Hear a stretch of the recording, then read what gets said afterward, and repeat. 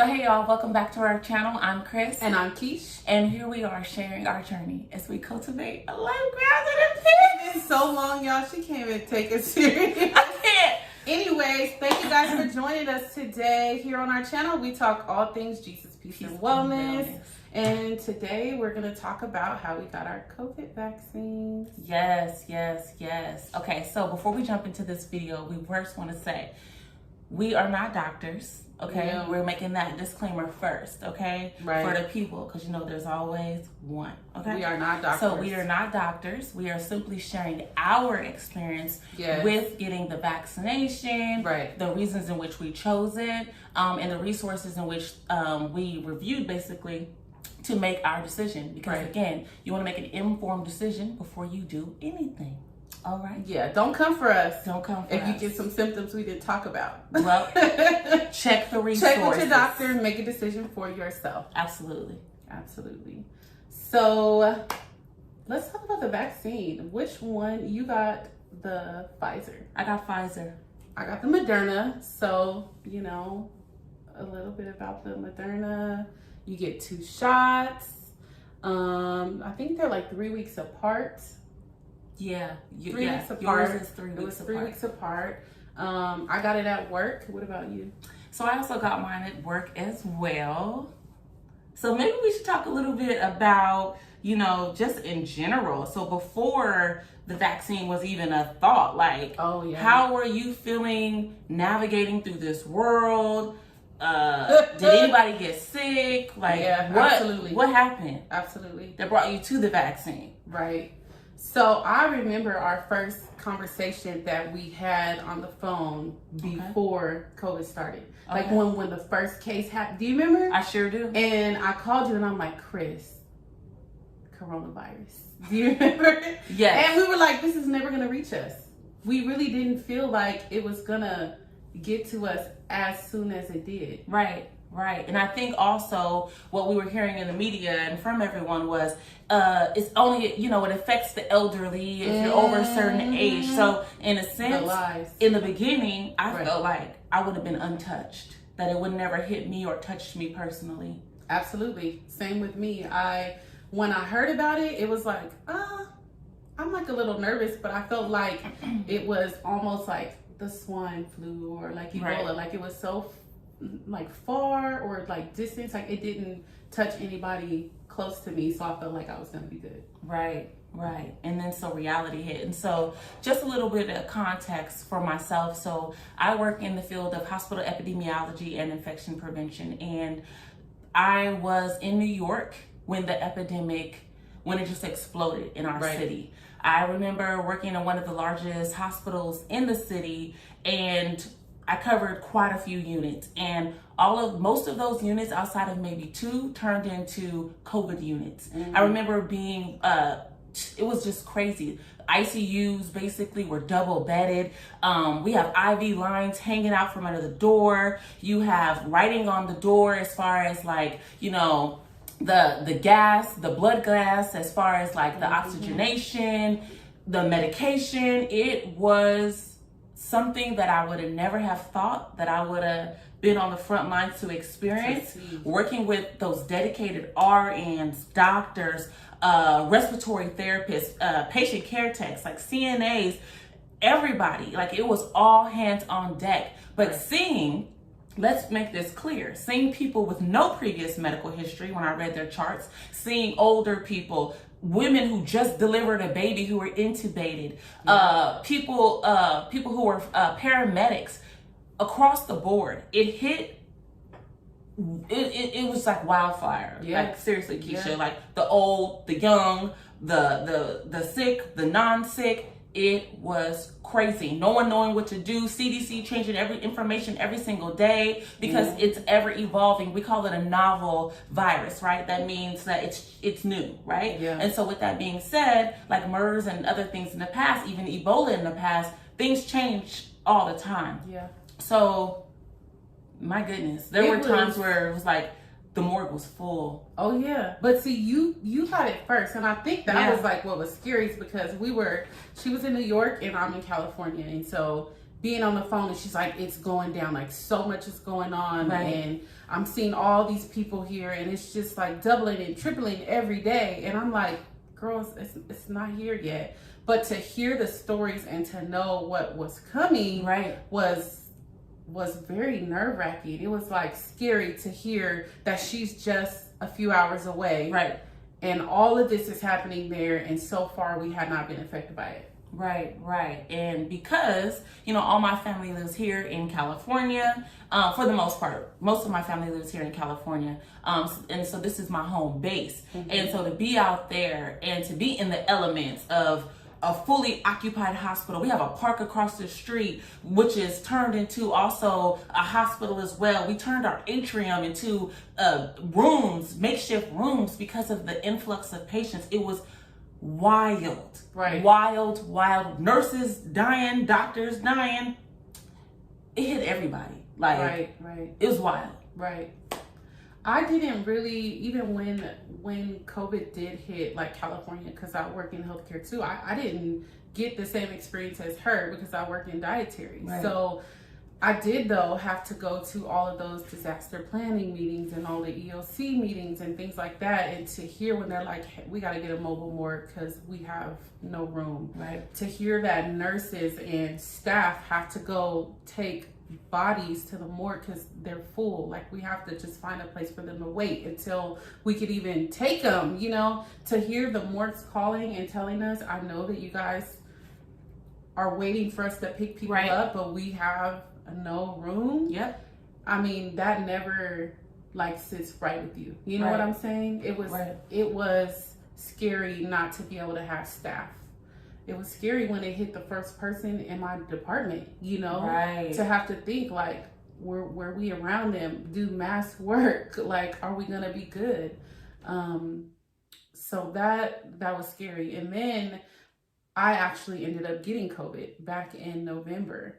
Mm-hmm. And I remember just feeling like I had allergies and a headache. And I remember talking to you on the phone and you like, girl, you don't sound right. And I'm like, I'm good. I said, you sound a little nasally. You said, no, I don't. No, I said, okay. Yeah, because my husband, he got it first. And actually, even when he tested, I separated from him right away in hopes that I would not be affected. So initially, I tested negative for COVID. Right. And then I went back to pick up my negative results to go to work. And they're like, you sound nasally. And I'm like, no, I don't. And they tested me with a rapid, and then it came back positive. Mm-hmm. And I remember I called you and I was devastated. Yeah. I was devastated because of everything that we hear on the news. It's like automatically you're like, am I gonna die? Like, there's none of y'all that had COVID that did not have that thought. I'm sorry, because that's initially what came like over me. Like, am I gonna be okay? And I remember you were like, girl, you're gonna be all right. Get your pulse ox.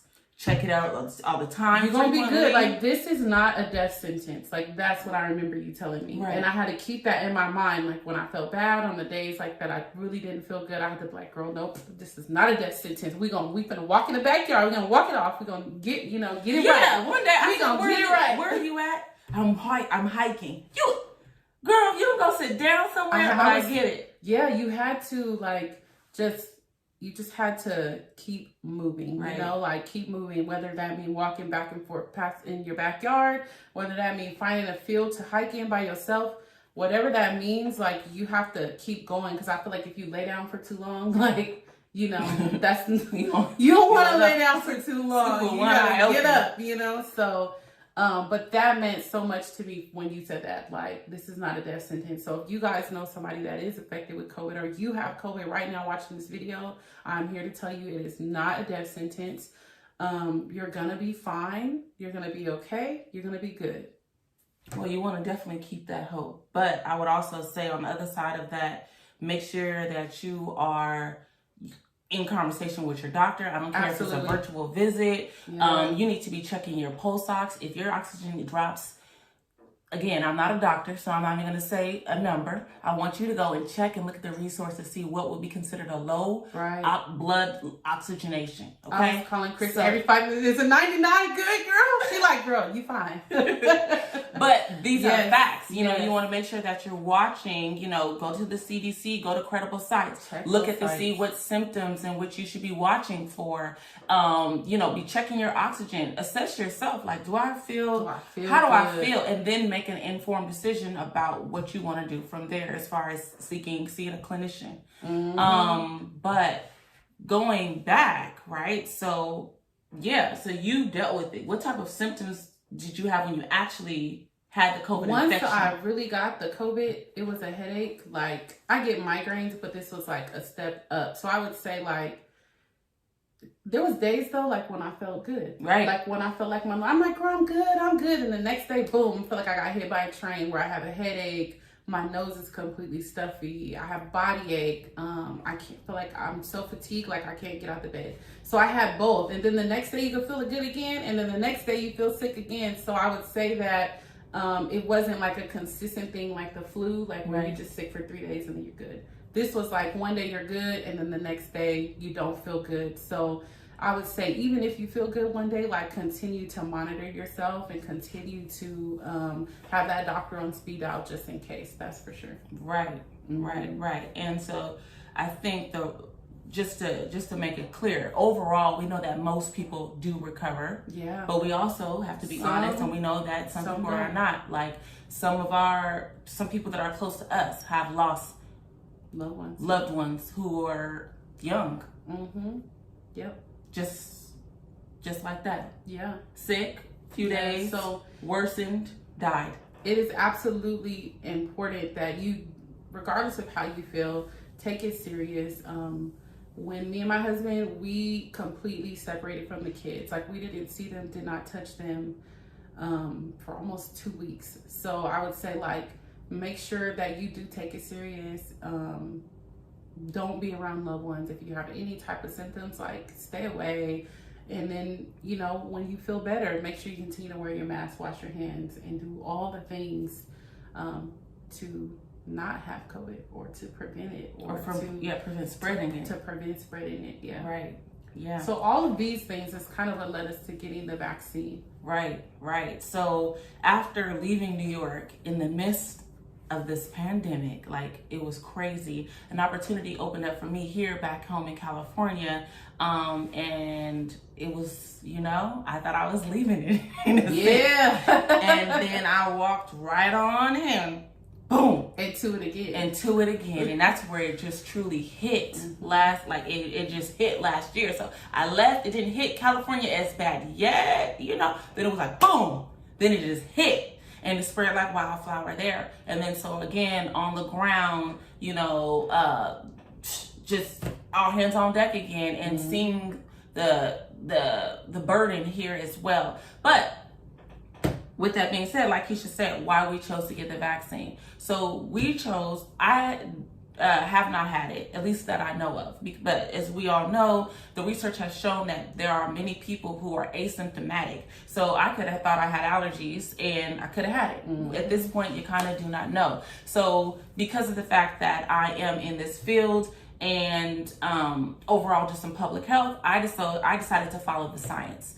And after the clinical studies, and I see the impact of COVID, like, you don't know how it's going to affect you. No. Like, she's fine. You know, she had some aches and some pains and some headaches and, you know, and then somebody else has it, younger than her, gone.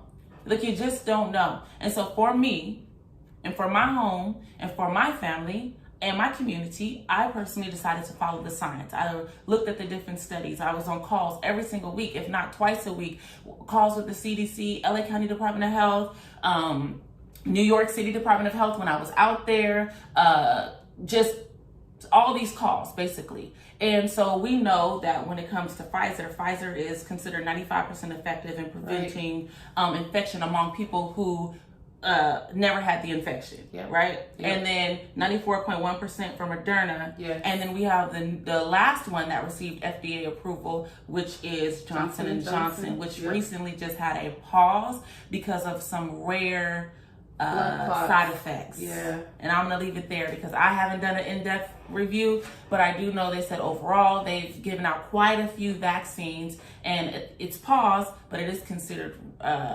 that side effect is considered rare. Right. But Johnson & Johnson, based off the CDC, the information is 66.3% effective as far as preventing infection. And one shot. One shot. Moderna, Pfizer, 2 shots. And then Johnson & Johnson, one shot. CDC's guidance is basically do not wait for one specific type of shot, because again, all of them are considered effective. Just in general, when you think about it from a community level. Right. So I chose to follow the science to help alleviate some of the stress, the unknown. I felt like my anxiety to sleep, to sit with each other. And even just be able to sit here, because we were even nervous to do this type of thing. Right. So to know that she's vaccinated, I'm vaccinated, and we could be here cohesively and not be nervous, you know, is nice. And I know, like, for me, having COVID and to not be with my kids for that amount of time and to see them, not be able to touch them and all those things, like, I just told them, I cannot go through that again. And I want to do everything in my power to keep my family safe. Right. And if that means getting the vaccine, then that means getting the vaccine. And also knowing that, you know, working in healthcare, like I have been to work every day during the pandemic, and knowing that I'm going to be around nurses and doctors. I'm not going in the rooms, but they are. And we service them every day. So I need to do what I have to do to make sure that I'm safe. With the amount of people that I'm around every day, you know, hundreds of people come through the cafe, and I'm the one on the register helping them sometimes, you know, or going to the floors and making sure that the patients are good. I can't take that chance, you know, so ultimately that's why I decided to do it, was for my family, you know. And I did have people call me and be like, don't do it, don't take the second shot, don't, like, do everything to tell me that it wasn't for me. So I would say at the end of the day, you have to make the decision that's right for you. Right. I don't want to knock anybody who decides not to get the vaccine. I have nothing negative to say, like, power to you, cool, good, that's you. But for me and my family and my household and my kids and for me, my well-being, I decided that the vaccine was best for me. But I'm not, you know, I don't want to put it on anybody that is for you, because it may not be for you, and you have to make whatever decision is good for you. Absolutely. And so we both consider this to be a part of our toolbox, right? Yeah. So we're still not like, woo, we're vaccinated. You know, we about to be out here in these streets. Like, I want to be. I do too. I'm ready. I've been practicing. But we consider this to be a part of our toolbox. You know, the guidance that we know, at least from the research now, is you are able to be, this is from the CDC website, which we'll just link it there. You can take a look at it, look at other resources as you so choose. But the CDC basically says that it's okay to be in small groups with other people, unmasked with other people who are vaccinated. Right.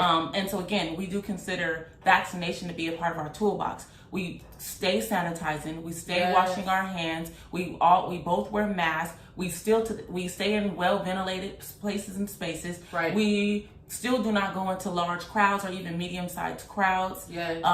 Just because of the fact that you just don't know. The vaccine is not 100% effective. It is simply a tool in the toolbox. Right. Right. Well, at the end of the day, girl, I'm happy you vaccinated. I'm happy all our close friends are vaccinated. That's true. I'm happy my husband is vaccinated. Like, it just does relieve stress. So thank you for lowering my stress levels. Right. and so I want to say something else too, because maybe many other people have experienced this as well. During this pandemic, it has been lonely. You're feeling isolated. And I mean, we're at the end of it now. But it did feel good to be able to still have those, even if you couldn't see people how you wanted to have like those conversations and to be able to be there for each other. You know what I'm saying? She dropped me off some groceries.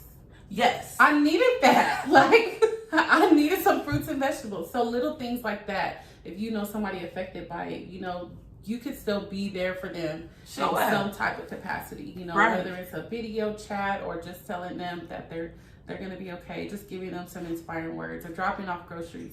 Right. It was, shout out to Kris. Shout out to Kris. But I think overall, it just it gets back to the fact of like, we are communal people and we need community. And perhaps you were even able to see who your people are, but also have grace, because you don't know how they were dealing with, all of this, but just bring up some things to think about. Yep. But yeah, so that's why we chose vaccination. That's our experience with it. Again, look into the evidence, making an informed decision. Informed decision means that you've reviewed the literature, you know what the research says, you're able to look at the limitations, the biases, and do what's right for you. Right. Do what's right for you. Choose peace. Choose peace. Public service announcement. One major thing. We didn't talk about our side effects. We didn't at all. Okay, so you had which one again? I had the Moderna, minimal side effects. What kind of side effects specifically? Exactly specifically, nothing like flu-like symptoms, like they say, nothing like that. I only had pain in my arm. Okay. So with the first shot, I had a big, a knot, it wasn't a bruise, it was like a knot under the skin. That probably lasted about 3 days. Very painful, couldn't sleep on it. I had to take some medicine. And then after that, I was good. Couldn't lift my arm or anything like that. Second vaccine, I had no symptoms whatsoever. No bruising, no pain, no nothing. So overall, I would say it was really good for me as far as side effects were concerned. No sickness. But that could be because I just had the COVID, so... That is true. I mean, I don't know. What about you? So I had, again, the Pfizer, which is the 2 vaccine, or the 2 series as well. And I did have some symptoms. So the first one, I had mild aches and pains, a little bit of chills, a little bit. That second one, 24 hours in, it laid me out. I was laid out. I felt like I had the flu, definitely the general flu-like symptoms. I took a Tylenol. I rested that day. I was fine. But definitely I did feel like I was hot. I felt like I had some chills, and I felt heavy, when the body aches and pains. And then, like I said, by the evening, so 7 o'clock, so 7 a.m. on a Sunday, I got the second, 7 a.m. the next day, I was feeling it. And then by that evening, I was fine. Yeah. So Tylenol, good to go. Yep, same here. Minimal Tylenol, good to go. Perfect. Just want to not leave that out. Okay, bye. Bye, Felicia.